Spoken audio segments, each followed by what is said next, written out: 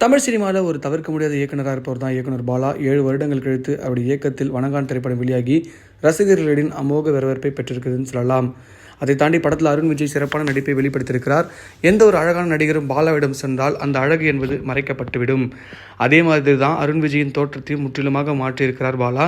ஆனால் சினிமாவில் போராடி கொண்டிருக்கும் ஒரு நடிகராக அருண் விஜய் இருப்பதால் தன்னுடைய நடிப்பிற்கு தீனி போடும் ஒரு இயக்குனராக பாலா இருப்பதை புரிந்து கொண்டு அதை சிறப்பாக வெளிப்படுத்தியிருக்கிறார்.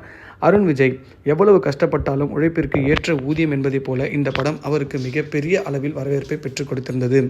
பாலாவை பொறுத்த வரைக்கும் அவர் மீது வைக்கப்பட்ட குற்றச்சாட்டு இப்போ வரைக்கும் என்னவெனில் நடிகர்களை அவர் அடிப்பார் என்பதுதான். ஆனால் அது உண்மையில்லை என்பதை போல ஒரு பேட்டியில் கூறியிருக்கிறார் பாலா.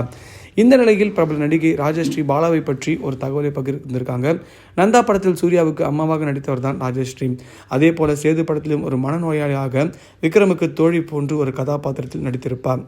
நடிப்பு பயங்கரமாக பேசப்பட்டது. சேது படத்தில் ஒரு அழுக்கு சட்டை பாவாடையுடன் ஒரு படம் முழுக்க நடித்திருப்பார். அந்த படத்தில் அந்த ஒரே பாவாடையை தான் போட்டிருப்பார் ராஜஸ்ரீ. கிட்டத்தட்ட 3 வருடமாக அந்த சட்டையை துவைக்கவே இல்லையாம். ஏனெனில் பாலா அதை துவைக்கக்கூடாது என்று சொல்லிவிட்டாராம். அப்பொழுது ஒரு சீனி நடிக்கும்போது பாலாவை நினைத்து ராஜஸ்ரீ, பாலா எப்படியாவது இந்த டேக்கை ஓகே செய்து விடுறா, நான் சீக்கிரம் போகணும் என்றெல்லாம் யோசித்திருக்கிறேன் என்று ஒரு பேட்டியில் அவங்களே கூறியிருக்காங்க. அதை தாண்டி சினிமாவில் பார்த்திங்கன்னா இவங்க நடித்த படங்கள் எல்லாமே சூப்பர் டூப்பர் ஹிட்டாக இருக்குது. இவங்களை கருத்தம்மா படத்தில் ஹீரோயினாக பார்த்துருக்கலாம். பாலாவை பொறுத்த வரைக்கும் ஒரு படத்தை ஹிட் ஆக்கணும் அப்படின்னா அவருக்கு தேவையானது மிகப்பெரிய ஸ்டார் டம்லாம் கிடையாது. நல்ல திரைக்கதை இருந்தால் போதும் அந்த படத்தை ஹிட் பண்ணலாம்னு சொல்லி ரொம்ப ஆன்டிடியூடாக இருப்பார். அவர் எடுத்த ஃபஸ்ட்டு 5 படம் சூப்பர் டூப்பர் ஹிட். இப்போ இருக்க 2K கிட்ஸுக்கு அதை பற்றி தெரியாது. அவர் எடுத்த படங்கள் எல்லாத்தையுமே பார்த்திங்கன்னா ரொம்ப கல்ட் மூவியாக இருக்கும். அதை தாண்டி ரொம்ப யதார்த்தத்தின் உச்சத்திலும் இருக்கும். பொதுவாக பார்த்திங்கன்னா கிராமத்தோட சூழ்நிலை அண்ட் பரதேசி இந்த படம்லாம் பார்த்திங்கன்னா ரொம்ப டீப் அண்ட் ஃபீல் பண்ணுற படமாக இருக்கும். கிளைமேக்ஸில் கண்டிப்பாக நீ அழுதுறோடா அப்படின்னு சொல்லி அந்தளவுக்கு யோசிக்க வைக்கிற விதமாக படமாக இருக்கும். வணங்கான் என்னோடய பாயிண்ட் ஆஃப் வியூவில் பொறுத்த வரைக்கும் ஒரு ஓகே நார்மலான ஒரு ஸ்டோரி தான். பட் ஆனால் அது ஒரு கம்பேக்காக யோசிக்கணுமா அப்படின்னா அது இல்லைன்னு தான் சொல்லலாம். ஏன்னா பாலாவோட தீவிரமான ரசிகன் நான். அந்தளவுக்கு பார்த்திங்கன்னா பயங்கரமான படங்களை கொடுத்து சூப்பர் டூப்பர் ஹிட் கொடுத்தாரு.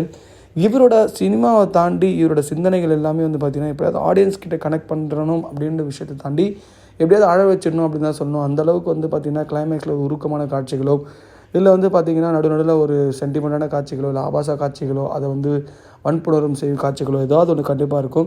அது மூலிமா தான் கதைகள் நகரும். அது தாண்டி ஒரு நடிகனை இப்படிலாம் கூட நடிக்க வைக்கலாமா, அதாவது நடிப்புக்கு இவ்வளோ ஈடுபாடு கொடுக்க முடியுமா அப்படின்ற ஒரு விஷயத்தை நம்ம பார்க்கலாம்.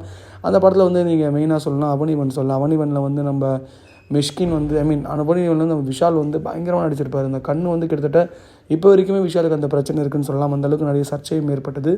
அதை தாண்டி பாலாவோட படைப்புகளில் பிதாமகன், சேது, பரதேசி இந்த படங்கள் எல்லாமே சூப்பர் டூப்பர் ஹிட் ஆச்சு. அந்த படத்தில் நடித்த எல்லா நடிகர்களுமே அடித்து நவுத்தி உட்கார வச்சு தான் பர்ஃபார்மன்ஸ் பண்ணி வச்சிருப்பாரு. பாலா பற்றி உங்களுக்கு தெரிஞ்ச விஷயங்களை கமெண்ட் பாக்ஸில் பதிவு பண்ணுங்கள். மறக்காமல் நம்ம சினி ஜங்ஷன் சேனலை லைக் பண்ணி ஷேர் பண்ணி கமெண்ட் பண்ணுங்கள். சப்ஸ்கிரைப் பண்ணுங்கள் மக்களே.